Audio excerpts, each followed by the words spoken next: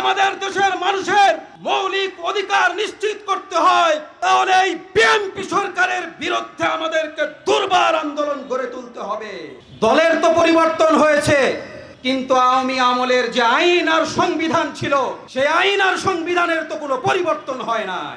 যতদিন পর্যন্ত বাংলাদেশে জুলাই সনদ বাস্তবায়ন করা না হবে, ততদিন পর্যন্ত বাংলাদেশের মানুষের ভাগ্যের কোনো পরিবর্তন হবে না। সুতরাং এই দুর্বৃত্তায়নের রাজনীতিকে বাংলাদেশ খেলাফত ছাত্র মজলিসের রুখে দিতে হবে।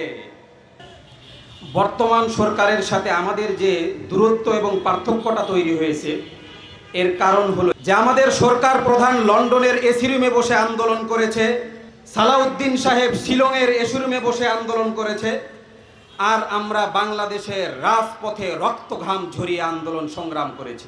আজকে রিকশায় আসার সময় রিকশাওয়ালা মামা জিজ্ঞাসা করতেছে যে দেশের তো কোনো পরিবর্তন দৃশ্যমান দেখি না, হাসিনার আমলেও যা ছিলাম এখনো তো এই একই অবস্থা। রিকশাওয়ালা মামাকে বললাম, মামা দলের তো পরিবর্তন হয়েছে, কিন্তু আওয়ামী আমলের যে আইন আর সংবিধান ছিল, সেই আইন আর সংবিধানের তো কোনো পরিবর্তন হয় নাই। যতদিন পর্যন্ত বাংলাদেশে জুলাই সনদ বাস্তবায়ন করা না হবে, ততদিন পর্যন্ত বাংলাদেশের মানুষের ভাগ্যের কোনো পরিবর্তন হবে না। স্বাধীনতার পর থেকে এদেশকে শাসন করেছে কিছু দুর্বৃত্তায়নের রাজনীতিবিদ আর কিছু অসাধু আমলারা। এজন্যই আপনারা দেখবেন স্বাধীনতার পর থেকে বাংলাদেশের 28 লক্ষ কোটি টাকা বিদেশে পাচার হয়েছে। দুর্বৃত্তায়নের রাজনীতিবিদ তৈরি হয়েছে জন্যই 6 লক্ষ হাজার কোটি টাকা খেলাফি ঋণ বাংলাদেশের তৈরি হয়েছে।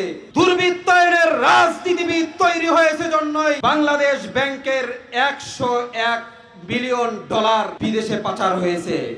সুতরাং এই দুর্বৃত্তায়নের রাজনীতিকে বাংলাদেশ খেলাফত ছাত্র মজলিসের রুখে দিতে হবে। বাংলাদেশের জুলাই অভ্যুত্থানের সূচনা হয়েছিল ঢাকা বিশ্ববিদ্যালয়ের এই ক্যাম্পাস থেকে। এই ঢাকা বিশ্ববিদ্যালয়ের ক্যাম্পাসকে কোচিং সেন্টার বলে কটাক্ষ করে ভোট চোর ববি হাজ্জাজ এমপি, সেই এমপিকে বিএনপি মন্ত্রিত্বর আসনে বসিয়েছে। মন্ত্রিত্ব পাওয়ার পর থেকে সে একবার আমাদের শিক্ষা ব্যবস্থায় গানের শিক্ষক নিয়োগ দেয়, একবার নাচের শিক্ষক নিয়োগ দেয়।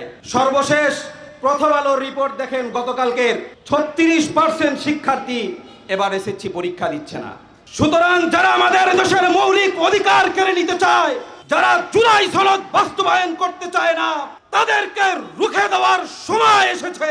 যদি আমাদের দেশের মানুষের মৌলিক অধিকার নিশ্চিত করতে হয়, তাহলে এই বিএনপি সরকারের বিরুদ্ধে আমাদেরকে দুর্বার আন্দোলন গড়ে তুলতে হবে। সুতরাং আগামী দিনের সকল আন্দোলন সংগ্রামের উদাত্ত আহ্বান রেখে আমি আমার আলোচনা শেষ করছি। নাসরুম মিনাল্লাহি ওয়া ফাতহুন করিব।